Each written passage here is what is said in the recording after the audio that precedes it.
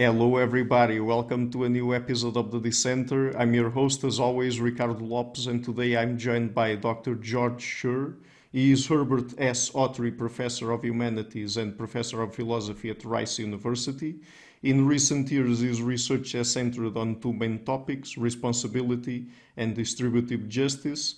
And today we're going to talk about his most recent book, A Wild West of the Mind. So, Dr. Sher, welcome to the show. It's a pleasure to have you on. Thank you, Ricardo, and thanks for inviting me. Sure. So, let me first ask you, what is exactly the premise of your book? I mean, what questions did you set out to explore there? The premise of the book is that um, moral constraints, the principles of right and wrong, don't extend into the private realm, don't extend into the realm of thought. Um, uh, we all have, I think, a great variety of uh, fantasies, a great variety of beliefs. We feel a great range of emotions. We have lots of different attitudes. Um, some of them are agreeable to other people, others are not. Um, and they can be evaluated, these thoughts, in a variety of dimensions. But the thesis of the book is that one dimension in which thought cannot be evaluated is that of morality, the realm of what's right and wrong, what's permitted and forbidden. Those ideas don't extend to the internal realm, but rather govern only our public interactions with each other. Hmm. But I mean, if no thoughts are right or wrong, does it make it right or wrong to express them? I mean, to tell them to other people, just tell them, not really act on them. Yeah. Uh, well, yes, it's in my view, it's simple about thought and it's complicated about the expression of thought. Um, you can think whatever you want, in my view, but you can't say whatever you want. Um, which is not to say that it's automatically wrong to express a thought that others might find disagreeable, or to express a thought which if you acted on it would be wrong. Um, the rights and wrongs of speech are, I think, very context sensitive. Um, it's wrong to say something, to disclose a piece of information that you have promised not to disclose. It's wrong to say things that we know are going to hurt people's feelings. It's wrong to say things which we know are going, or suspect, or have some evidence, are going to lead other people to act wrongly. Morality governs all of that. Morality leaves all of that leaves plenty of room for us to say things which other people aren't going to like. But what we're morally permitted to say, I think, is highly context sensitive. Um, Whereas what we can think is not. It just doesn't matter what the content is. Hmm. But do you think that even if thoughts cannot be wrong or right, even that people at least sometimes should worry about having them because they might have some psychological effect on them? I mean, if they, let's imagine that if people are permissive when it comes to their thoughts, then that might lead them to more easily act upon them. Uh, right. It seems to me that for most of us this isn't a problem, because most of us have the standard degree of self-control, and that's enough self-control to prevent us from acting on impulses which, if acted on, um, might be quite destructive. Um, most of us are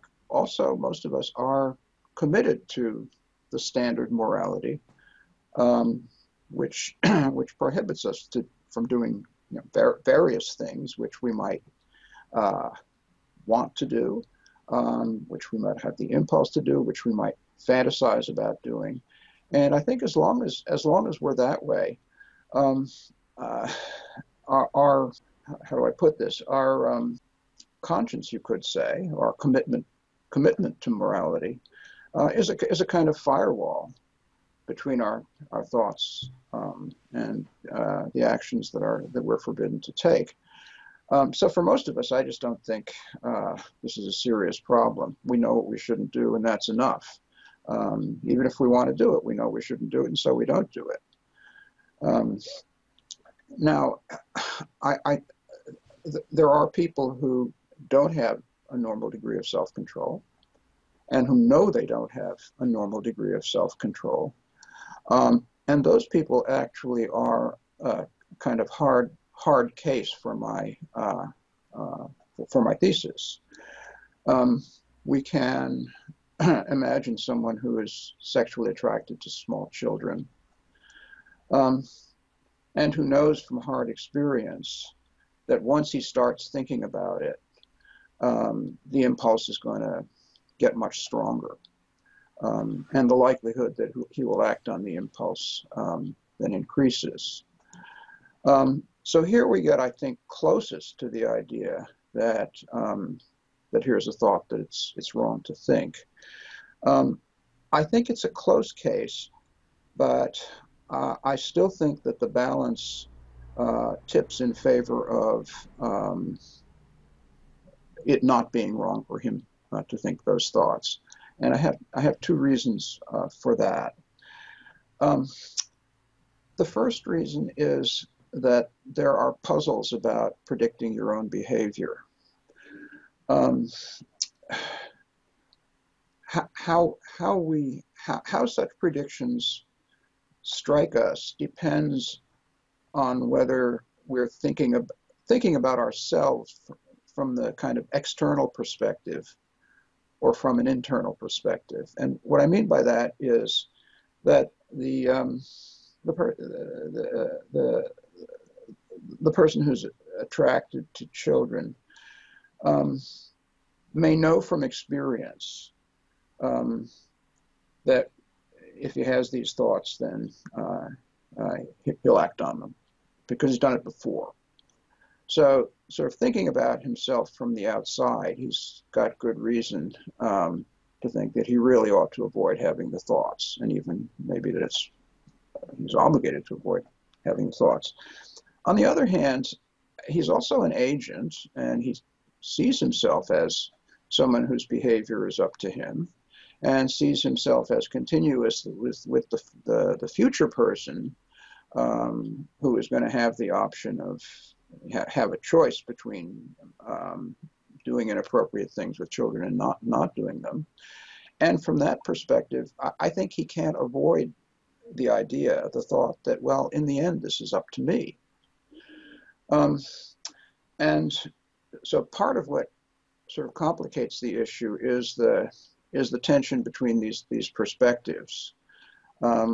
Because I think you can't ever really avoid that first person perspective, I also think that the self-prediction is never one that you can wholeheartedly sign on to, as it were. So that's one reason why I think the balance still tips in favor of or against the impermissibility of his having these thoughts. But another reason is that once you sort of start allowing for the possibility that some thoughts are off limits, you've opened yourself up to a way of thinking about things that, for reasons I go into in the later part of the book, greatly compromise an important form of freedom.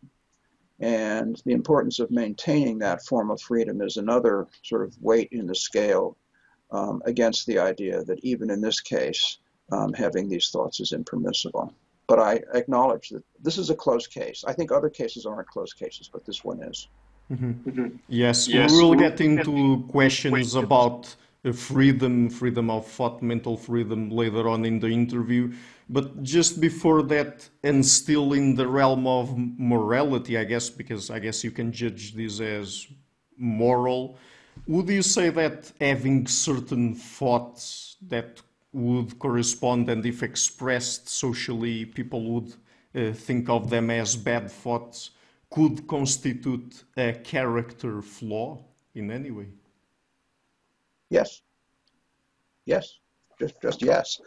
Um, I mean, I think there are thoughts which, if you think them, mean that you're not a terribly nice person, to put it mildly. Um, you can fill in your own examples. And I mean, it's interesting that you can fill in your own examples, right? Because it means that, you're like me, and like all the rest of us. Um, but sure, there are thoughts that it does us no credit to have, and that we might wish we didn't have, and which indicate, which are manifestations of character traits that we might wish not to have. Um, so the answer to that one is a straightforward yes, and what it implies is that there are at least two very different dimensions of evaluation of thoughts, and indeed of actions. Um, so the fact that it's never impermissible to think any thought doesn't imply that all thoughts are sort of on all fours in terms of what they imply about a person's character. There's still plenty of room for virtue and vice, as manifested in thought as well as action. Mm-hmm. So, when earlier I asked you about basically the difference between having certain thoughts and sharing them with other people, do you think that it is not as bad if we do it, if we share these thoughts with people in a more private context, like, for example, family, friends, spouses, partners? I mean, do you think that sharing those thoughts with people that share a more intimate space with us is less bad than doing it with people outside that space? On the whole, I suppose yes, but just as context will determine whether it's permissible to share thoughts with strangers or express thoughts to them, it will also determine the permissibility of sharing your thoughts with friends, with intimates, with partners, and so on. Um, I mean, one thing is that those who are close to us can be hurt more easily by what we say than people with whom we have no particular connection. And we're under an obligation not to be hurtful. That's one of the things that are required of us. So I think there are plenty of contexts in which it's exactly the fact that we mean something to somebody else or someone means something to us that imposes limits of what we can permissibly say to that person.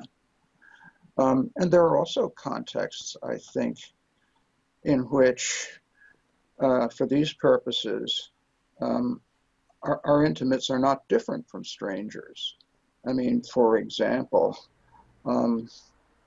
just as saying something, just as I can predict that saying something may lead a stranger to do something awful, Mm-hmm. I can sometimes predict that about someone I know very well. And to the extent that that's the case, I'm under exactly the same obligation to bite my tongue in the two cases. Mm-hmm. Right. And just a thought experiment, I guess. What if people had direct access to other people's minds? I mean, we can even think about it as some sort of science fiction. I mean, some sort of new technology in the future where people will have their minds connected or something like that, and they have direct access uh, to other people's minds, let's say. I mean, would that make having those thoughts morally wrong? It would certainly change things drastically. um, in the book, I talk about an episode from this show, Gilligan's Island, where one of the characters discovers some seeds that enable him to read other people's minds, and then other people find the seeds too. So everyone knows what everyone else is thinking, and the predictable thing happens: everyone is appalled by what he finds in everybody else's mind, and so they all retreat to different parts of the island, and basically social connections break down. Somebody wisely burns the plant, so there are no more seeds, and they can be friends again. But the situation changes radically, and would change radically. Um, and so, uh, so let me sort of separate out different aspects of the question. Um, Suppose this happens suddenly. And we suddenly just had access. It was like clear plate glass to see into everybody's thoughts. I suppose then, since the prospects for hurt feelings would rise astronomically, I suppose we would all be under an obligation to avoid having the nasty thoughts that others would be most hurt by. The extent to which we could do that is another question. I mean, it's a question that comes up in the book. Um, uh, some thoughts are pursued voluntarily, I think. If a fantasy occurs to you, you have some control over whether you can turn your attention away or just go for a good wallow in it. Many thoughts do not occur to us. Many thoughts occur to us in ways that bypass our choices. If I remember something because it popped into my head, I haven't tried, I just did. And as they say, there are thoughts which once you think them, you can't unthink them. You can't unsee that, so don't look at it. Um, um, Also, inference. If you think that you have reason to believe a certain proposition, I don't think it's up to you anymore whether to believe it.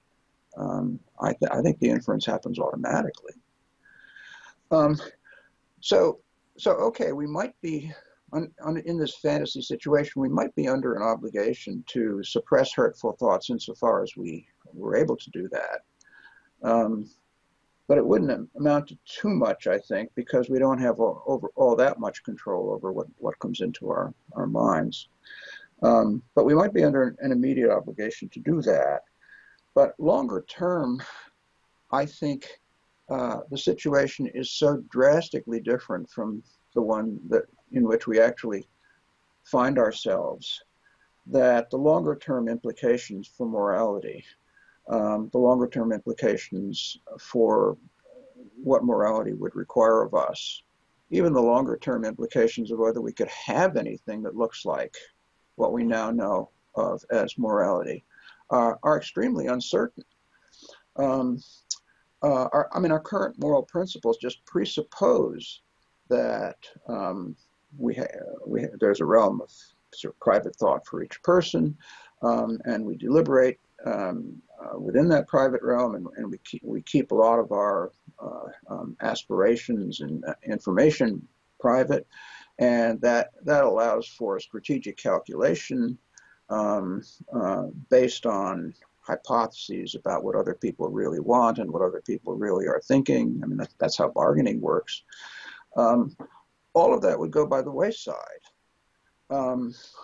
We would need other rules of the road, I suppose, but whether they would be similar enough to what we now know as morality, I think, is very much an open question. So longer term, the answer to your question is I just don't know. Yeah. I mean, you mentioned an important question there during your answer that I was about to ask you later, but perhaps I will ask you for further clarification now, even though you've already exposed your ideas on it, I guess. But I mean, the extent to which we can have real control over our thoughts, because I mean, just intuitively, it seems to me that there are certain thoughts that we can decide to have them. So I can decide that I will think about something now, and then the thought occurs. But then there are many thoughts that occur to us that we don't really decide to have them, like remembering something from the past just because we see or smell something and that memory comes to mind. I mean, that just happens and we don't really have any sort of control over it. And even the previous example, I mean, we could get into questions surrounding free will that probably falls outside the scope of this interview, but even the decision to have certain thoughts, I mean, we can question if we really have control over that decision or not. But I mean, and then when it comes particularly to suppressing bad thoughts, I mean, I really question how much control we have over that, because once we have a thought, I mean, it's like telling ourselves, okay, I can't think about that. But if we tell ourselves, I can't think about that, then we think about it. So, I mean, I'm not really sure to what extent we can do it. That's what I'm asking. I agree with what you just said. We have different degrees of control in different over different sort of areas of thought. Um,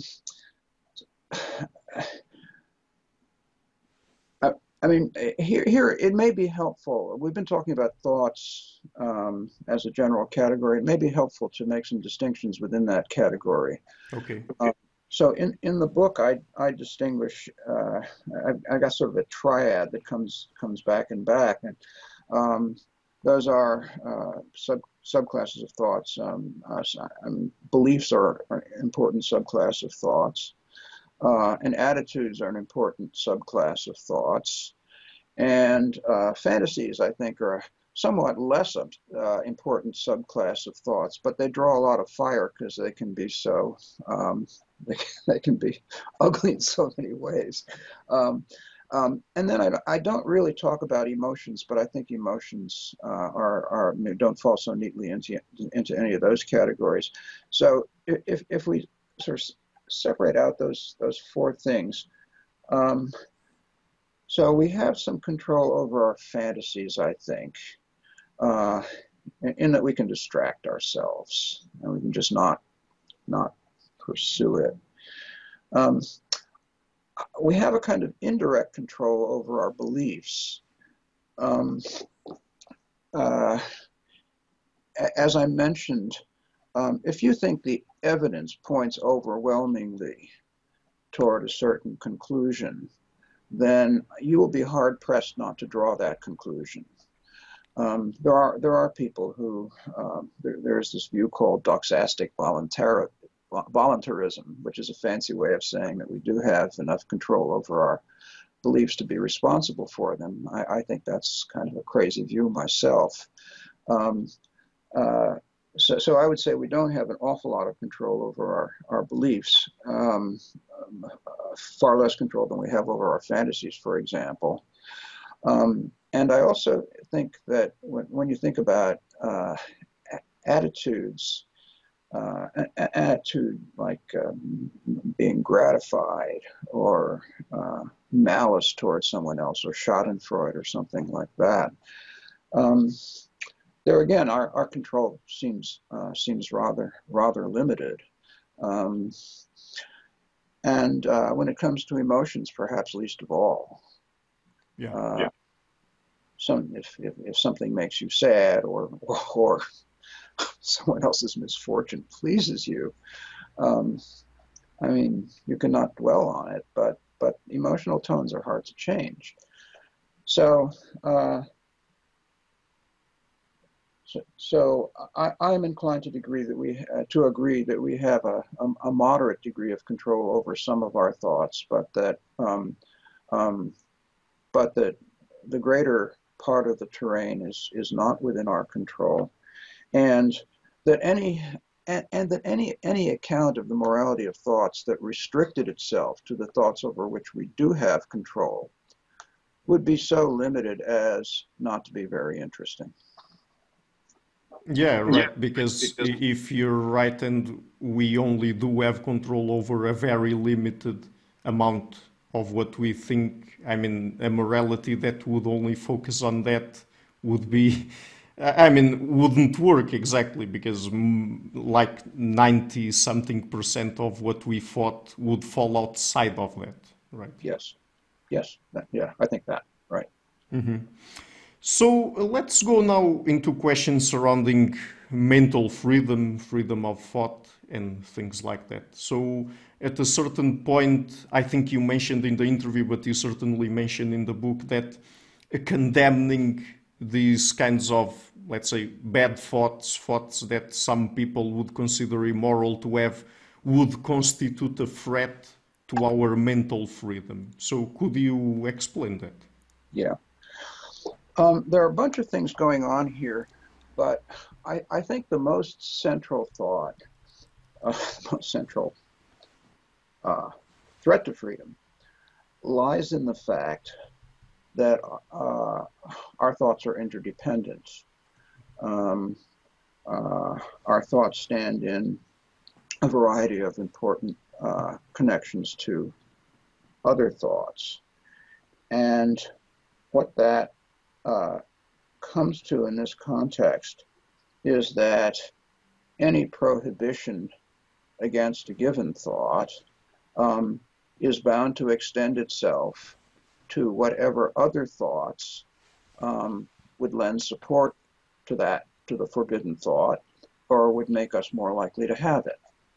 Um, Chapter 6 of the book it turned out to be called Like Dye in Water. I wanted it to be called Like a Dye in Water, but something happened in the in the typesetting or something. Um, but either way, the idea is that any given prohibition on a certain kind of thought is going to diffuse itself through the wider thought range like a dye in water. It'll just spread and infect, you could say, the other things that we might think. Um, so uh, and to the extent that that's the case, someone who has internalized a prohibition on even a small set of beliefs, or a small set of fantasies, or a small set of attitudes, um, is going to have to be constantly on the lookout for sort of other occurrences in the mental realm that are going to raise the likelihood that he would have the forbidden thought. And that I think that can't but have a chilling effect. Um, uh, oh, there's a lovely quote from George Orwell, who was kind of the patron saint of this book, I've got to say. But he says, and he's talking about totalitarian regimes rather than the soft totalitarianism of morality. But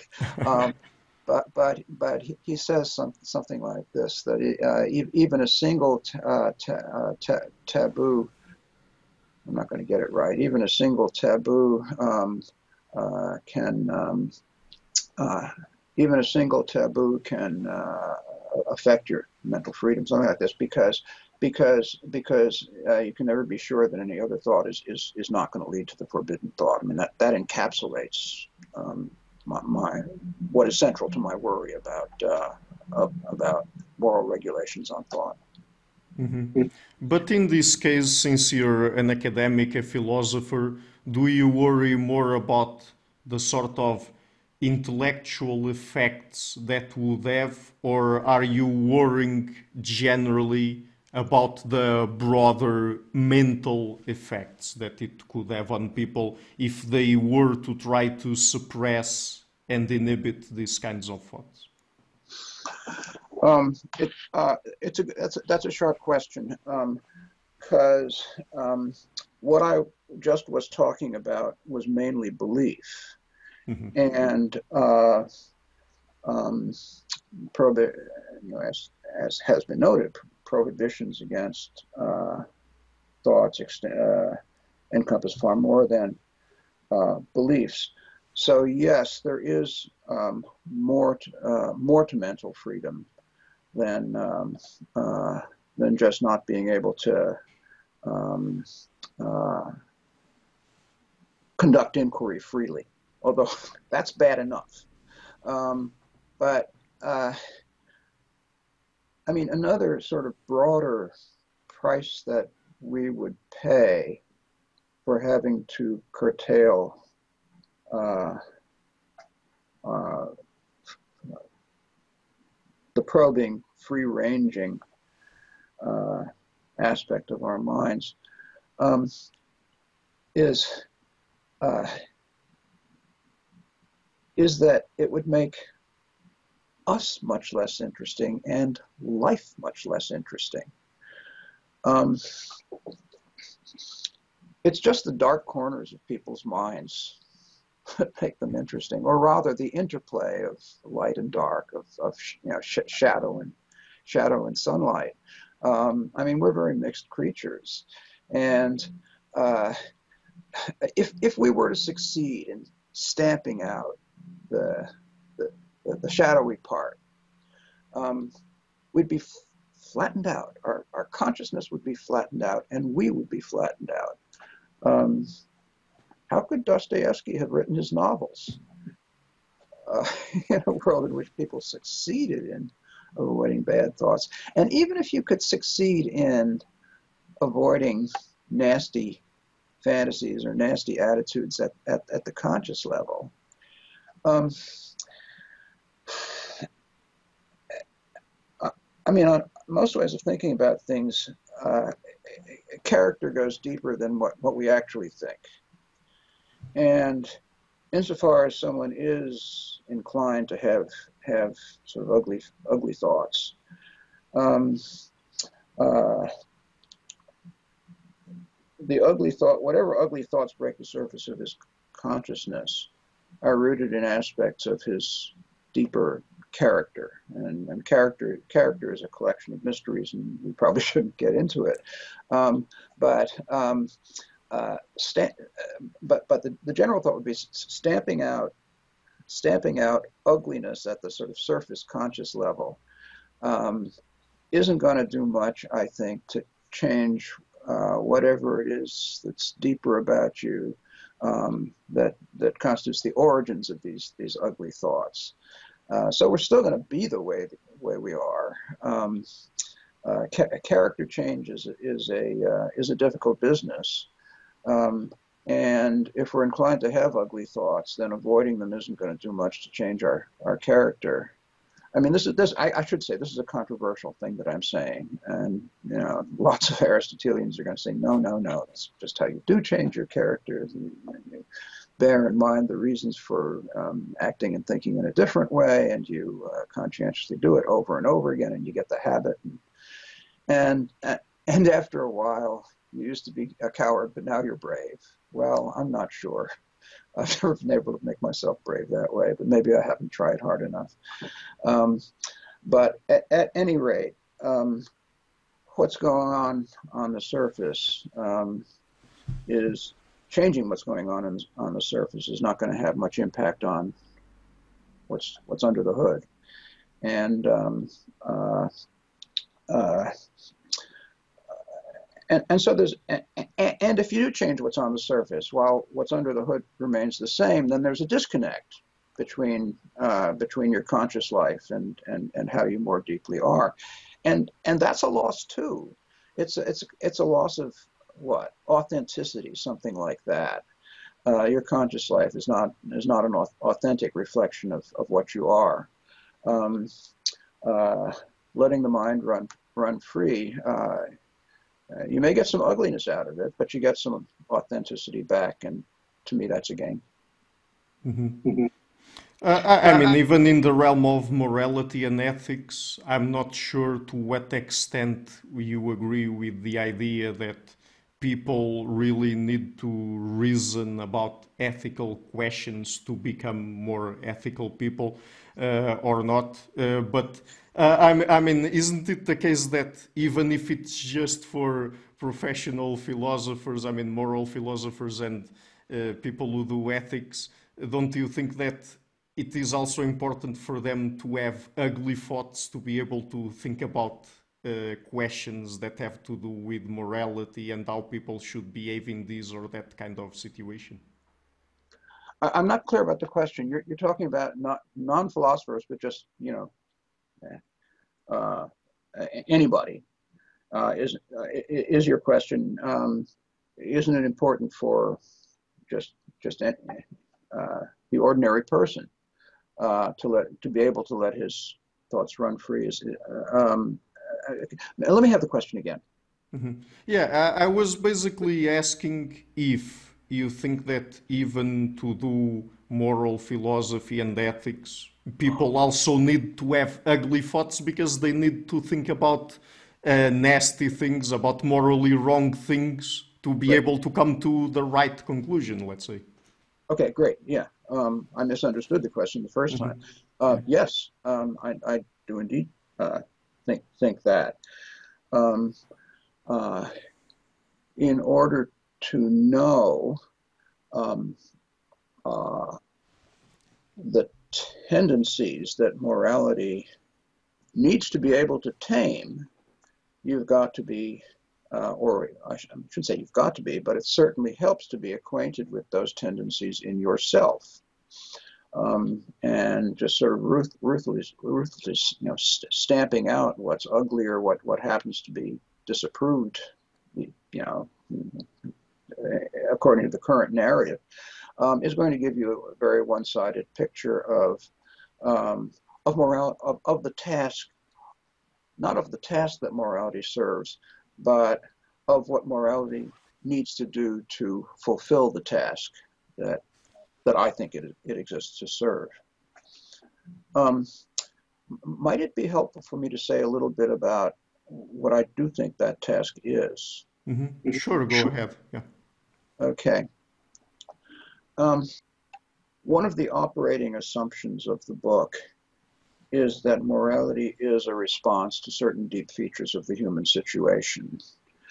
And as distressing as it is, I mean, they're kind of the situation, the features that Hobbes put his finger on.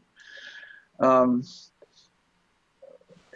we're distinct embodied individuals with distinct interests. Our interests partly overlap, but partly do not, and partly conflict. Um, Resources are scarce. Um, uh, we're all vulnerable in a variety of ways, obviously physically, but also emotionally.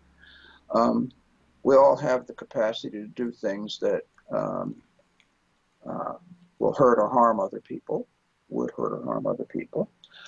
Um, it's often in our interest uh, to treat other people that way. Um, uh, we often find ourselves in what are called prisoner's dilemma situations in which it's in our individual interest to uh, uh, do things that hurt or harm other people, but it's in our collective interest to refrain from doing those things. But it's in each person's individual interest to do them while other people are refraining from doing them. That's the best situation for each of us from a strictly selfish point of view. And we often find ourselves in situations like that. And given all of that, and we know it about ourselves, and we know it about other people, and we know that other people know it about us, and so on. And so, to the extent that we're rational creatures, we need a set of rules or principles to sort of govern our behavior in this messy and potentially dangerous situation. And we need to be able to reason our way to those principles. And the different moral theories, I think, are different ways of reconstructing the best kind of reasoning that are going to get us to a system of rules to govern ourselves. I think whatever rules we get to are going to look pretty much like the rules of sort of common morality. And they're well suited to the situation in which we find ourselves. And so the question of the book is, if that's what morality is, and if that's the job that it does for us, then is the regulation of each person's internal realm an essential part of that job, or can it do its job just as well without getting its fingers dirty in the internal realm? So when I argue that the mind is a morality-free zone, what I'm saying basically is that when you look carefully at the different approaches to moral theorizing, you find, I think, that none of them supports the view that the best way of reconstructing what moral rationality dictates commits us to extending morality that far into the private realm. Mm-hmm. So, Dr. Sher, I've run out of questions actually. Is there anything else you would like to add before we finish? Or? I do have maybe one thing to add, and that is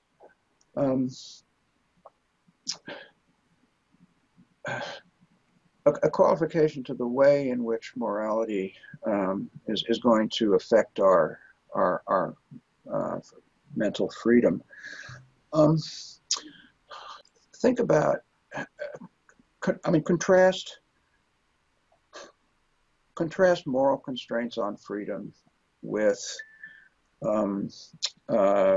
contrast mental constraints on freedom with the sorts of constraints on speech that a thought police might impose. Okay, so the thought police is outside us in the world, and the thought police says, well, they're certainly going to say, if you express this opinion, we're going to come down on you and punish you.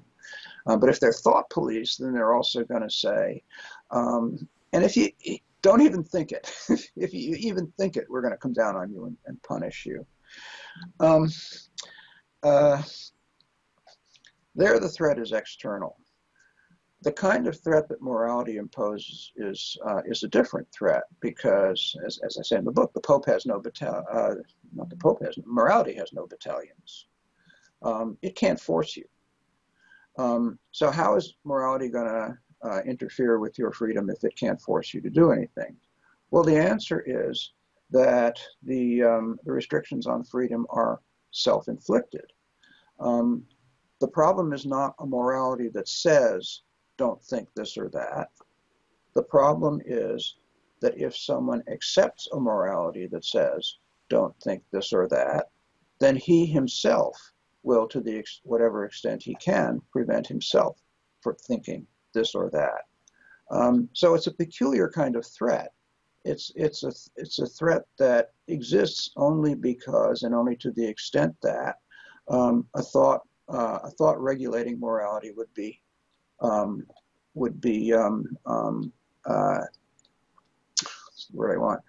internalized by the person who accepts it. It's the agent who has internalized the restrictions on thought that is the threat to his own freedom. It's a really peculiar kind of threat in that regard.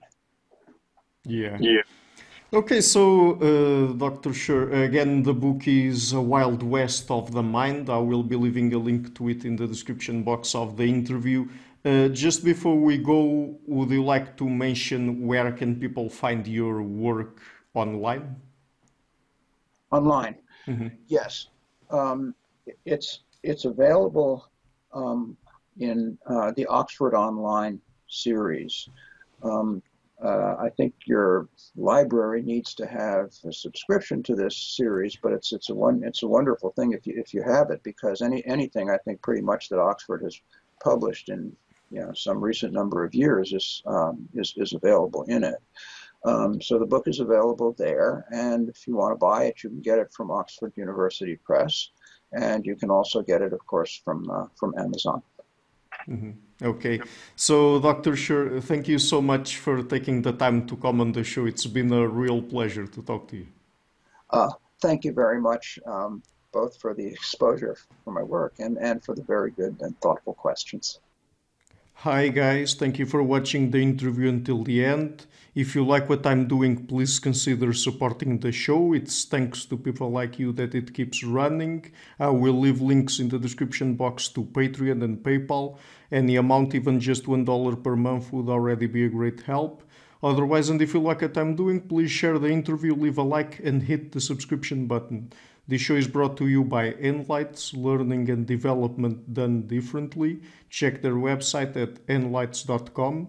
I would also like to give a huge thank you to my main patrons and PayPal supporters: Karen Litska, Anne Blanchett, Pererga Larsen, Lau Guerrero, Francis Ford, Hans Frederick Sunder, Ricardo Vladimiro, Craig Healy, Adam Kessel, Olaf Alex, Jonathan Wiesel, Jacob Klinkby, Matthew Whittingburg, Arnold Wolf, Tim Hollacy, Enrique Alenia, John Connors, Paulina Barron, Philip Force Connolly, Jerry Mueller, Herbert Gintis, Rutger Voss, Bo Weingard, Rebecca Newberger Goldstein, Dan Demetrio, Robert Windager, Rui Inácio, Arthur Coe, Zup, Marco Neves, Colin Holbrook, Susan Pinker, Bernardo Seixas, Pablo Santurbano, Simon Colombo, Jorge Espinha, Phil Kavanagh, Corey Clark, Mark Blythe, Roberto Inguanzo, Michael Stormir, Eric Neumann, Samuel Andreff, Tiago Nunes, Bernard Ugni, Alexander Dunbauer, Fergal Cusson, Evan Bodrenko, Al Herzog, Don Ross, Jonathan Librant, Oslan Bullitt, Nathan Nguyen, Stanton T, Samuel Correa, Eric Hines, Mark Smith, J.W., João Eira, Tom Hummel, David Sloan Wilson, Yacila Des Araújo, Eden Solon, Romain Roach,